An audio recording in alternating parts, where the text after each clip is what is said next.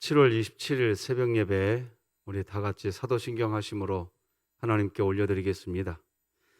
전능하사 천지를 만드신 하나님 아버지를 내가 믿사오며 그 외아들 우리 주 예수 그리스도를 믿사오니 이는 성령으로 잉태하사 동정녀 마리아에게 나시고 본디오 빌라도에게 고난을 받으사 십자가에 못 박혀 죽으시고 장사한 지 사흘 만에 죽은 자 가운데서 다시 살아나시며 하늘에 오르사 전능하신 하나님 우편에 앉아 계시다가 저리로서 산자와 죽은 자를 심판하러 오시리라. 성령을 믿사오며 거룩한 공회와 성도가 서로 교통하는 것과 죄를 사하여 주시는 것과 몸이 다시 사는 것과 영원히 사는 것을 믿사옵나이다. 아멘. 찬송가 390장 하나님께 찬양드리겠습니다. 예수가 거느리시니 즐겁고 평안하구나. 주야의 자고 깨는 곳 예수가 거느리시네. 주날 항상 돌보시고 날 친히 거느리시네. 주날 항상 돌보시고 날 친히 거느리시네. 때때로 괴로움 당하면 때때로 기쁨 누리네. 풍파 중에 지키시고 평안히 인도하시네. 주날 항상 돌보시고 날 친히 거느리시네. 주날 항상 돌보시고 날 친히 거느리시네.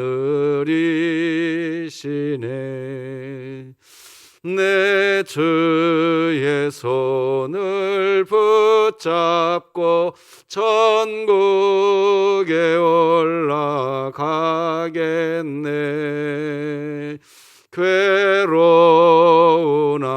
즐거우나 예수가 인도하시네. 주날 항상 돌보시고 날 친히 거느리시네. 주날 항상 돌보시고 날 친히 거느리시네. 이 세상 이별할 때에 마귀의 권세 이기네. 천국에 가는 그 길도 예수가 거느리시네. 주날 항상 돌보시고 날 친히 거느리시네. 주날 항상 돌보시고 날 친히 거느리시네. 아멘.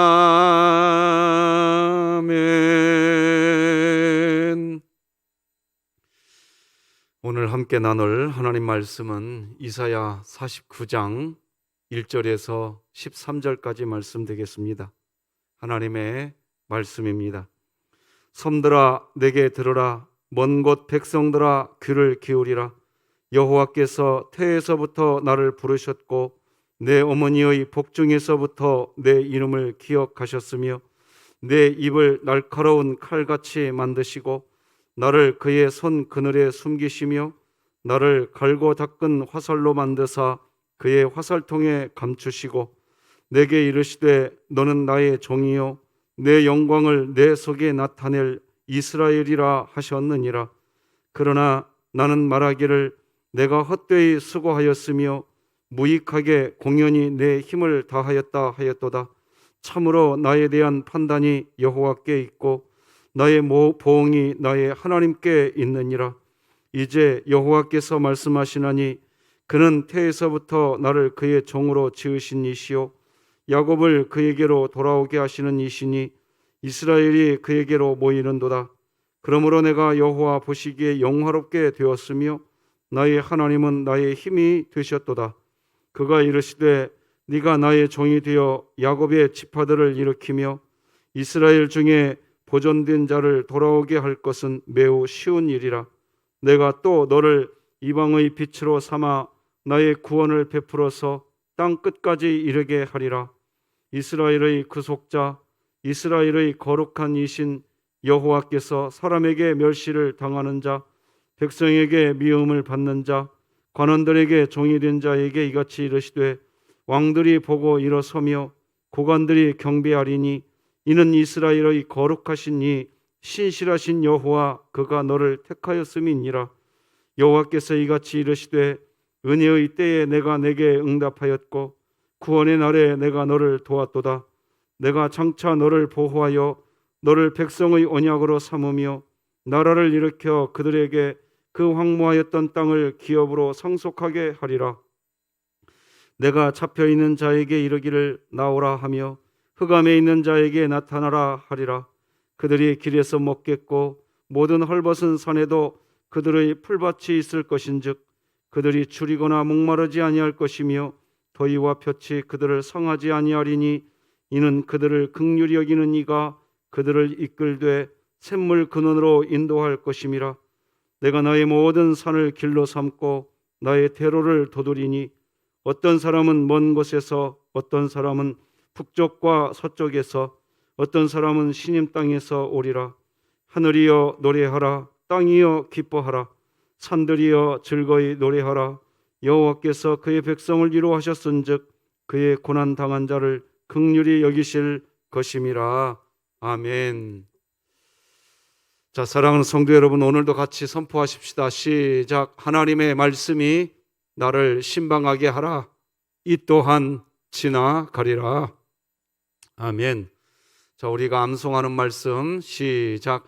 내가 그리스도와 함께 십자가에 못 박혔나니 그런즉 이제는 내가 사는 것이 아니요 오직 내 안에 그리스도께서 사시는 것이라. 이제 내가 육체 가운데 사는 것은 나를 사랑하사 나를 위하여 자기 자신을 버리신 하나님의 아들을 믿는 믿음 안에서 사는 것이라. 아멘. 3분간의 기도 사역을 통해 하나님과 여전히 호흡하는 우리 진흥교회가 되기를 바랍니다. 사회적 거리두기가 연장되어서 당분간 또 2주 동안 우리가 비대면 예배를 드려야 될 것 같습니다. 하나님의 은혜 안에 우리 성도님들이 있기를 정말 기도합니다. 여러분 축복합니다. 더운 날씨에 강건하시기 바랍니다. 오늘은 고난받은 종의 노래라는 제목으로 하나님 말씀 나누겠습니다. 이사야서에는 4개의 종의 노래가 있다고 말씀드린 적이 있습니다. 먼저 이사야 42장이 종의 노래이고 두 번째가 오늘 49장 종의 노래입니다. 세 번째는 51장, 이사야 또 53장이 네 번째로 종의 노래, 고난의 종의 노래, 메시아, 즉 예수님에 대한 노래가 이사야서에는 이렇게 42장, 49장, 51장, 53장 종의 노래라는 이름으로 4개가 나옵니다. 이렇게 종의 노래라고 하는 종은 하나님께서 이 땅에 구원자로 보내시기로 약속하신 메시아를 뜻합니다. 즉 예수님이시지요. 그러니까 종의 노래는 예수님에 대한 노래입니다. 그런데 42장의 종의 노래는 하나님께서 하나님의 종 예수님에 대해서 하나님이 불러주신 노래가 이사야 42장의 종의 노래인데, 그런데 오늘 본문 이사야 49장의 종의 노래는 하나님이 불러주는 노래가 아니라 종 그 자신이신 메시아이신 예수님, 그 예수님이 스스로 부르시는 예수님의 노래입니다. 그래서 1절 말씀 보면 이렇게 기록하지요. 섬들아 내게 들으라, 먼 곳 백성들아 귀를 기울이라. 여호와께서 태에서부터 나를 부르셨고, 이때 나는 예수님입니다. 내 어머니의 복중에서부터 내 이름을 기억하셨으며. 자, 그럼 여기 보면요, 섬들아 그리고 먼 곳 백성들아 귀를 기울이라 이렇게 하십니다. 바벨론의 포로로 잡혀온 가까이에 있는 사람들이 아니라 육지의 끝도 아니고 더 멀리 섬, 멀리에 있는 이 섬이라고 이야기합니다. 그리고 또 먼 곳 백성들이라고 이야기합니다. 즉 멀리 떨어져서 있는 섬과 먼 곳에 있는 백성들, 그들을 향해 지금 귀를 기울이라고 합니다. 왜 멀리 떨어져 있는 사람들에게 귀를 기울이라고 하실까요? 그 이유는 하나님께서 약속하신 하나님의 종 메시아 예수 그리스도께서 이 땅에 오시면 가까이에 있는 사람뿐 아니라 멀리 있는 분들, 즉 섬들까지도 예수 그리스도 복음을 듣게 되고 그들이 복음을 또 듣게 될 때 즐거움이 더 커진다는 겁니다. 그런데 이런 일은 그냥 일어나는 게 아닙니다. 하나님께서 세우시는 종, 여호와의 종, 메시아, 예수 그리스도는 우연히 나타나는 게 아닙니다. 여호와께서 태에서부터 나를 부르셨고 내 어머니의 복중에서부터 내 이름을 기억하셨다라고 기록하고 있듯이 하나님께서 이미 계획하시고 태에서부터 부르신 종, 복중에서부터 예수 그리스도라고 하는 그 이름을 기억하신, 하나님께서 기억해 주신 그런 종이라고 하시는 겁니다. 몇 주 전에 우리 진흥교회에 등록하신 새 가족이 계십니다. 아내 되시는 분이 이제 8월이면 출산을 하게 되십니다. 그런데 참 아름다운 것은 등록하신 우리 새 가족, 그러니까 이제 출산을 앞에 둔 젊은 부부가 이제 태어나게 될 복중의 아기를 얼마나 참 사랑하고 있는지, 복중에 있는 아기의 태명을 미리부터 정해놓고 그 복중에 있는 아기를 위해서 매일같이 말씀을 읽어주고 또 찬송을 들려주고 그러면서 그렇게 기뻐하는 그런 분들이셨습니다. 왜 그렇게 할까요? 이유가 뭘까요? 그거는 그 복중에 있는 아기가 너무 좋으니까. 태교를 전문으로 하는 전문가들의 말을 들어보면요, 아기가 어머니 이 뱃속에 있을 때 엄마가 불러주는 노래, 아빠가 불러주는 노래, 아기들이 다 알아듣는다고 합니다. 마찬가지입니다.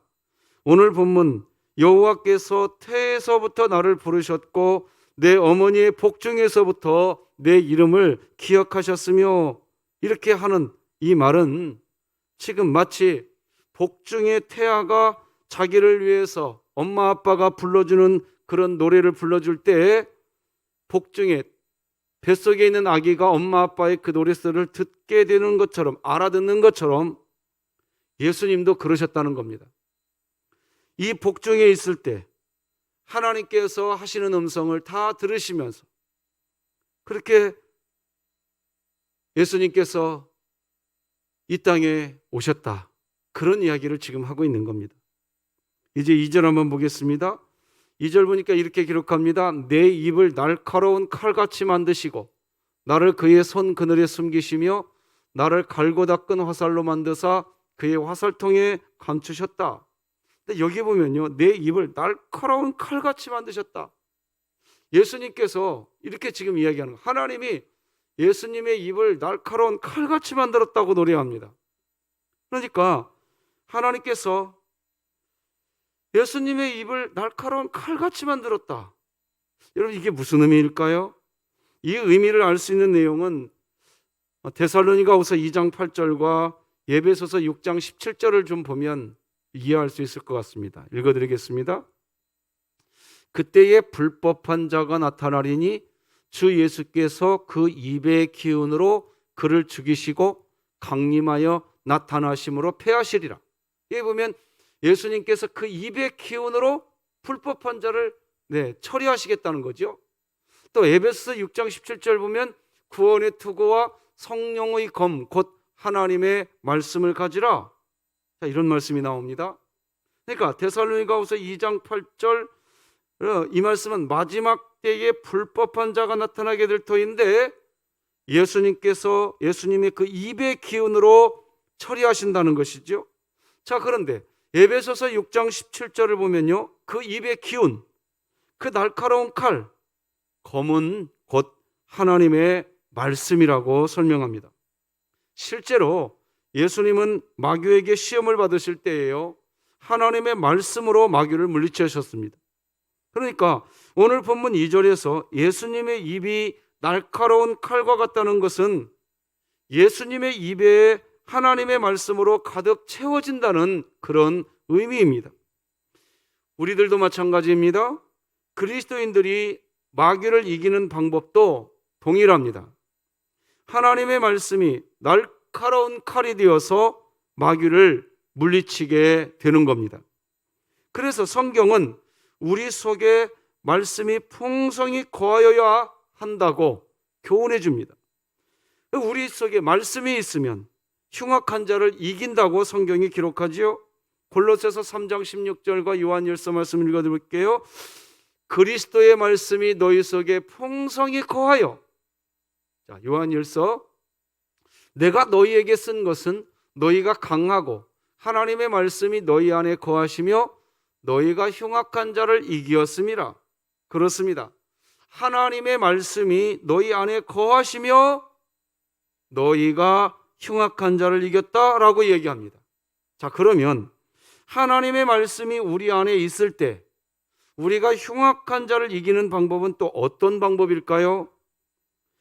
하나님의 말씀이 우리 안에 있을 때 흉악한 자를 이긴다는 이 말씀을 체험하면서 살았던 대천덕 신부님은요, 이렇게 설명합니다. 성경보다 더 혁명적인 책은 없다, 이렇게 하셨어요. 그 말은 정말 옳은 말입니다.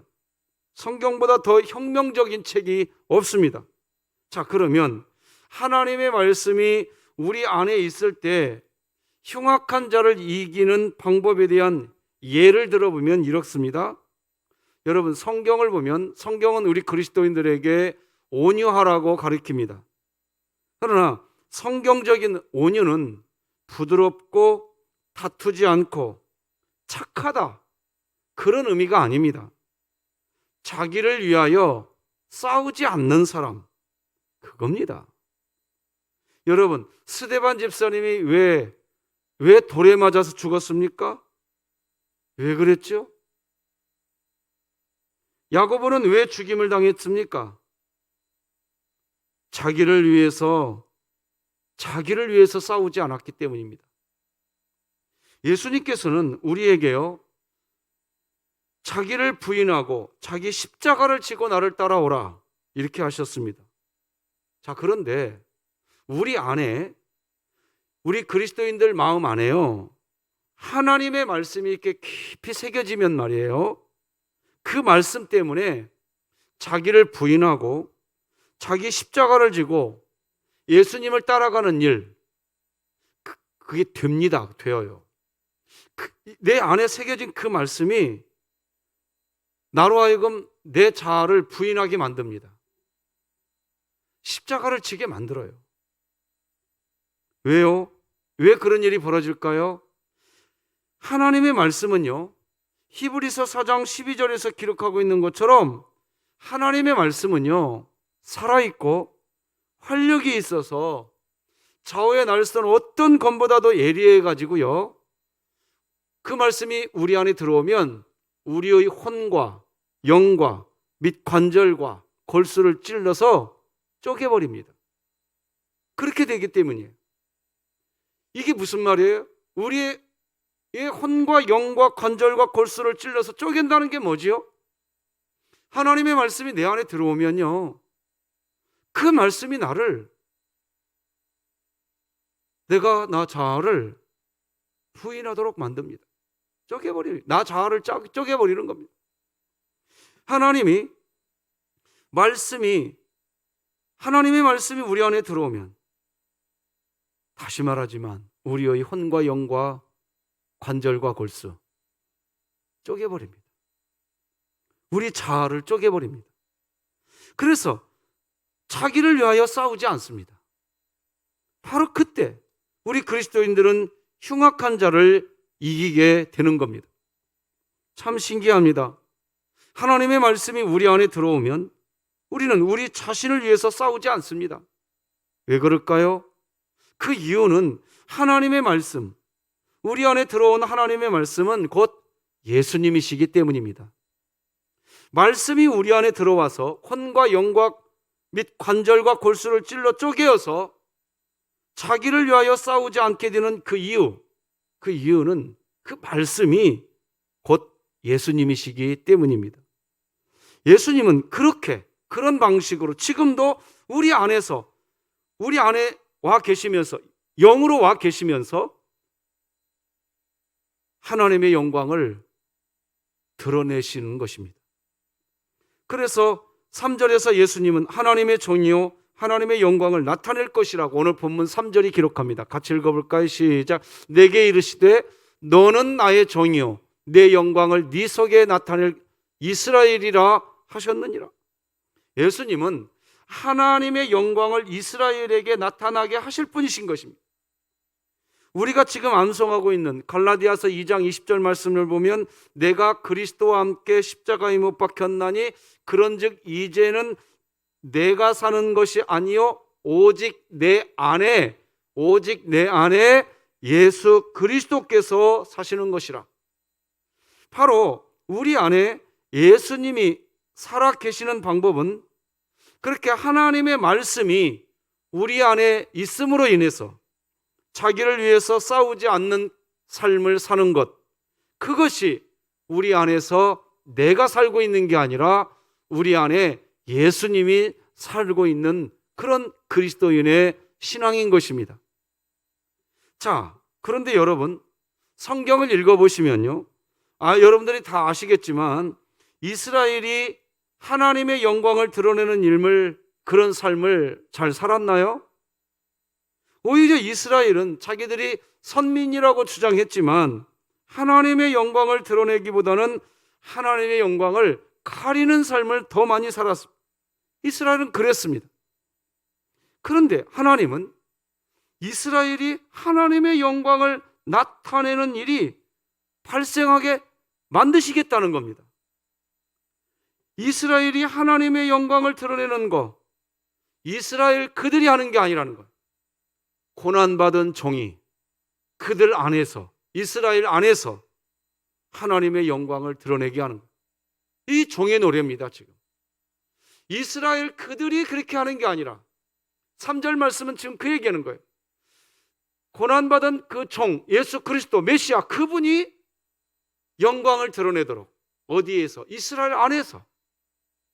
그 얘기하고 있는 겁니다. 오늘부터 또다시 우리는 2주간 예배당 예배를 8월 8일까지 드리지 못하게 되었습니다. 왜 예배를 이렇게까지 이야기하는지 마음이 무겁고 지금의 현실이 참 답답하고 참 많이 힘든 그런 때입니다. 어떤 때는 제 마음에 분노가 치밀어 오른다는 생각도 듭니다. 그런데 온유함은 자기를 위해서 싸우지 않습니다. 지금 교회는 이 코로나 이 시대에 지금 교회는 성경이 말하는 온유를 배우는 때입니다. 예배당 예배를 드리지 못하지만 우리 안에 계신 예수님으로 사는 훈련, 그런 훈련을 지금 우리는 받고 있는 겁니다. 지금 교회는 자기 자아를 내려놓고 예수님으로 살아가는 훈련, 그런 훈련을 지금 하나님이 받게 하고 계신다. 여러분, 저는 그렇게 믿습니다. 겟세마네 동산에서 기도하시는 예수님을 군사들이 포박하려고, 이 군사들이 칼을 갖고 오지요? 창을 갖고 오고 포승줄을 가지고 옵니다. 그때에 예수님 곁에 있던 한 제자가 칼을 뽑아듭니다. 그리고 싸우려고 합니다. 그때 그 제자에게 예수님이 뭐라고 얘기합니까? 마태복음 26장 53절 다 같이 읽어봅시다. 시작. 너는 내가 내 아버지께 구하여 지금 12군단 더 되는 천사를 보내시게 할 수 없는 줄로 아느냐? 무슨 말인가? 우리 잘 아는 내용입니다. 얼마든지 예수님 자신께서 자신의 권리를 지키기 위해서 지금 당장이라도 12군단 더 되는 천사를 보내어서 이 군사들, 나를 잡으려고 온 군사들 쓸어버릴 수도 있다. 그 얘기입니다. 근데 그렇게 하지 않는 것이죠. 성경은 우리에게 우는 자들과 함께 우는 그런 그리스도인이 되어야 된다고 가르쳐 줍니다. 전염병으로 아파하는 사위와 함께 하면서, 그렇지만 우리 안에 계신 예수님으로 인하여서 우리들이 있는 처소에서 하나님의 영광을 드러낼 줄 아는 그리스도인의 인생, 우리 기독교인의 삶이 그렇게 다시 되새겨지기를 하나님께서 훈련하고 계신다는 생각을 지울 수가 없습니다. 여러분, 중세시대 종교개혁을 할 수밖에 없었던 이유, 그 이유가 뭐죠? 기독교가 제의 종교에 갇혀버렸기 때문입니다. 제의 종교에 갇혔다는 말은 기독교가 어떤 종교의식, 종교 행사에 갇혔다는 것입니다. 종교 행사에 참여하면, 그러면 하나님의 뜻대로 살아가는 그런 그리스도인인 것처럼 여기는 세상, 그게 중세시대였어요. 그것이 종교개혁의 이유였어요. 여러분, 성경 시편 51편의 말씀을 보면요, 우리아의 아내 밧세바를 범하고 난 후 자신의 죄를 깨닫고 난 다윗이 통곡을 하면서 부른 노래가 나오는데, 그때 다윗이 무슨 노래, 무슨 기도를 드리느냐? 시편 51편 16절 보니까 이렇게 다윗이 노래합니다. 주께서는 제사를 기뻐하지 아니하시나니 그렇지 아니하면 내가 드렸을 것이라. 주는 번제를 기뻐하지 아니하시나이다. 여러분, 다윗이 왜 이런 말을 하고 있지요? 얼핏 보면 기독교 예배가 필요하지 않다는 그런 오해까지 할 수 있는 그런 말을, 왜 다윗이 지금 이 상황에서 이런 기도를 하고 있지요? 왜 다윗이 이런 말을 할까요? 그것은 자기 자신이 그동안 하나님께 드리는 제사를 한 번도 빠져본 적이 없습니다. 번제, 즉 헌신의 제사도 빠져본 적이 없어요. 항상 그 종교 행위, 종교 행사 철저했습니다. 그런데 그 종교 행위는 철저했는데 자기 자신의 삶은 하나님과의 관계가 완전히 무너져 있고, 급기야 자기의 충신 중에 충신인 우리아 장군을 죽여버리고 그 우리아 장군의 아내를 자기의 여자로 만들어버립니다. 다윗이 그렇게 살았어요. 지금 다윗은 그렇게 살았던 자기 자신을 돌아보는 겁니다. 그래서 이야기하는 거예요. 하나님께서는 제사를 기뻐하지 아니하시는구나. 그렇지 아니하면 내가 번제와 번제의 제사를 드렸을 것이라. 나단 선지자가 찾아오고 난 뒤에 통곡을 하면서 다윗이 깨닫게 되는 겁니다. 내가 종교 행위는 그렇게 철저하게 했는데 정작 내 삶의 현장에서 하나님과의 관계가 무너질 대로 무너졌었구나. 지금 코로나19 시대 우리 그리스도인들이 돌아봐야 할 부분입니다. 예배당 예배를 드리지 못하는 안타까움과 아픈 마음은 무엇으로도 지금 설명할 수 없는 때입니다. 그러나 기독교는 예배라는 형식보다 지금 하나님과의 관계, 이웃과의 관계에 더 신경을 써야 합니다. 그래서 어찌 보면 지금 우리는 이런 기도를 해야 한다고 봅니다. 하나님, 우리가 예배당에서 예배를 드리게 될 날을 기다립니다. 간절하게 기다립니다. 동시에 하나님, 저희가 예배라는 형식에 갇혀 있었던 것을 회개합니다. 코로나19를 통해서 하나님과 동행하는 삶이 얼마나 중요한 그리스도인의 삶인지를 배우게 하시니 감사합니다. 예배당 예배를 함께 드리지 못하지만 우리가 살아가는 삶의 현장에서 24시간의 시간을 보내게 될 때 하나님과의 친정한 사귐과 친밀함의 삶을 살게 하여 주시옵소서. 말씀 맺겠습니다. 우리가 이런 식으로 기도를 드릴 수 있는 것은 그것은 우리를 위해서 고난받은 고난의 종 예수 그리스도가 계시기 때문입니다. 그게 오늘 본문 8절에서 13절까지의 내용입니다. 여러분, 우리 다 같이 세번역 성경으로 같이 한번 읽어봅시다. 우리가 아무리 고난 중에 있어도 예배당 예배를 드리지 못하는 이런 안타까운 자리에 있어도 우리에게는 예수 그리스도가 있고 그 고난받은 그 예수 그리스도 메시아를 통해서 하나님께서 다시 회복할 날이 반드시 올 거라고 하나님이 약속하신 말씀입니다. 우리 같이 8절에서 13절 다 함께 읽어봅시다. 시작. 주님께서 그의 백성에게 이렇게 말씀하신다. 너희를 구원해야 할 때가 되면 내가 너희에게 은혜를 베풀겠고 살려달라고 부르짖는 날에는 내가 그 간구를 듣고 너희를 돕겠다. 내가 너희를 지키고 보호하겠으며 너를 시켜서 뭇 백성과 언약을 맺겠다. 너희가 살던 땅이 황무해졌지만은 내가 너희를 다시 너희 땅에서 정착시키겠다. 감옥에 갇혀있는 죄수들에게는 나가거라 너희는 자유인이 되었다 하고 말하겠고 어둠 속에 갇혀있는 사람들에게는 밝은 곳으로 나오너라 하고 말하겠다. 그들이 어디로 가든지 먹거리를 얻게 할 것이며 메말랐던 모든 산을 그들이 먹거리를 얻는 초장이 되게 하겠다. 보아라, 내 백성이 먼 곳으로부터도 오고 또 더러는 북쪽에서도 오고 서쪽에서도 오고 아수완 땅에서도 올 것이다. 하늘아 기뻐하여라. 땅아 즐거워하여라. 산들아 노랫소리를 높여라. 주님께서 그의 백성을 위로하셨고 또한 고난을 받은 그 사람들을 긍휼히 여기셨다. 아멘. 고난받은 예수 그리스도 종 메시아가 우리 안에 있음을 믿으시고 또다시 2주간의 예배당 예배가 없는 이때에 삶의 현장에서 하나님과 친밀하시기를 주님의 이름으로 축복합니다. 기도하시겠습니다. 하나님 아버지 감사합니다. 참으로 안타까운 시절을 지내고 있지만 우리가 다윗처럼 살지는 않았는지 돌아봅니다.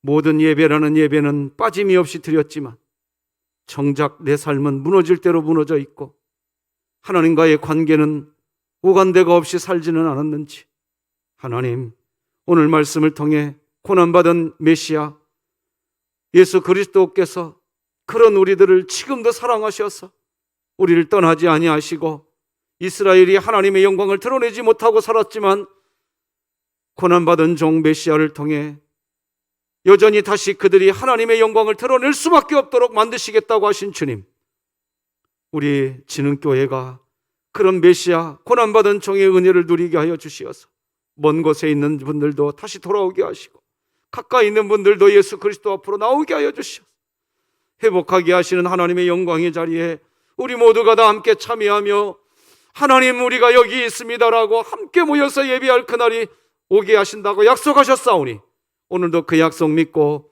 주님 안에 거하게 하여 주시옵소서. 예수님의 이름으로 기도드립니다. 아멘. 하늘에 계신 우리 아버지여, 이름이 거룩히 여김을 받으시오며 나라가 임하시오며 뜻이 하늘에서 이루어진 것 같이 땅에서도 이루어지이다. 오늘 우리에게 일용할 양식을 주시옵고 우리가 우리에게 죄 지은 자를 사하여 준 것 같이 우리 죄를 사하여 주시옵고 우리를 시험에 들게 하지 마시옵고 다만 악에서 구하시옵소서. 나라와 권세와 영광이 아버지께 영원히 있사옵나이다. 아멘.